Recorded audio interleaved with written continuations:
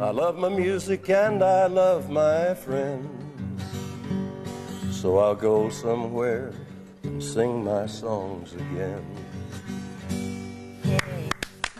Thank you. It's awfully early to sing. Oh, you did well. You did very well. You did well. You triumphed. Absolutely. We worried about that raccoon. What did the raccoon... That raccoon, well, this is a little story. There's a place in Tennessee, the most rural county in the state of Tennessee. I have 200 acres of woods. And the night before I came here, I camped out, slept on the ground under a tent. And there's all these animals there, you know, the rabbits and the squirrels and the raccoons and the possums. And they're like my friends. And if I had a bucket of minnows to go fishing, you know, and you left them out at night, the raccoons would steal them. Really? You know, and eat them, yeah. Oh, but they say they've got wise to you now. They watch out, here comes Johnny. Here comes Johnny. What actually makes you happiest now? Because, I mean, the scene you've just conjured sounds idyllic, you know, to walk in your own wood and lie under the stars. Is that what makes you happiest? That's what, it doesn't take much. It's just some good expensive land. Just a good...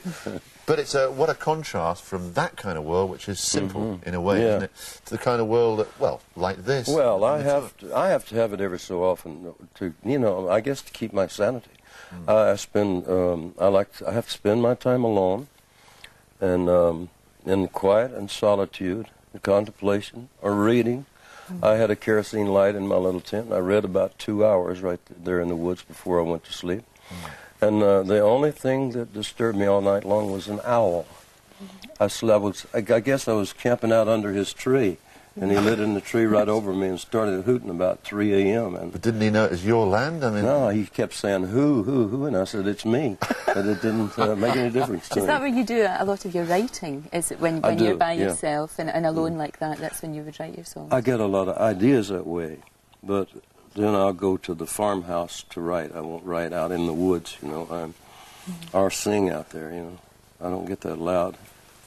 If you looked at the Johnny Cash of 10 or 20 years ago, what character would you see, and how much do you think you've changed now?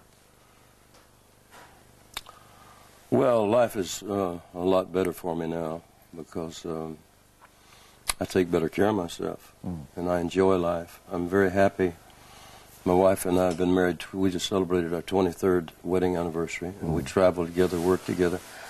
And the contrast from now and like 9 years ago, 9 years ago, when I went into Betty Ford Center is, I mean, it's like two different worlds. I'm two different people. A lot of people I hope I've learned a lot, you know. What if you hadn't gone into that centre? What do you think would have happened to you? I would have probably died. But I learned a lot about how to take care of myself, about the problem of chemical dependency.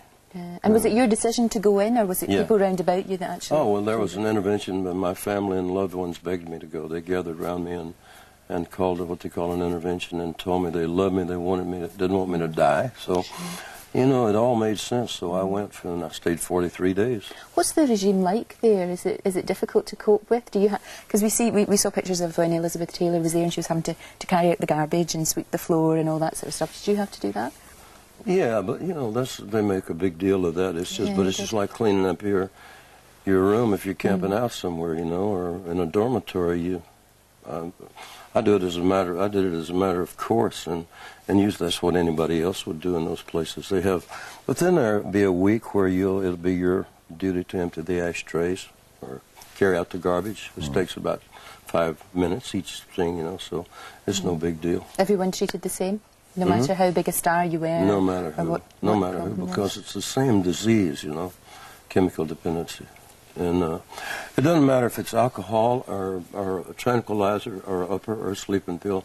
The doctor would tell you that the problem is the same for any of those, to be addicted to any of those things. Is it more difficult now for you, though, to actually go on stage without any of those No, problems? it's more Is it better? fun. Is it better? Is it all clearer now for you? I enjoy it, and I remember it all, you know.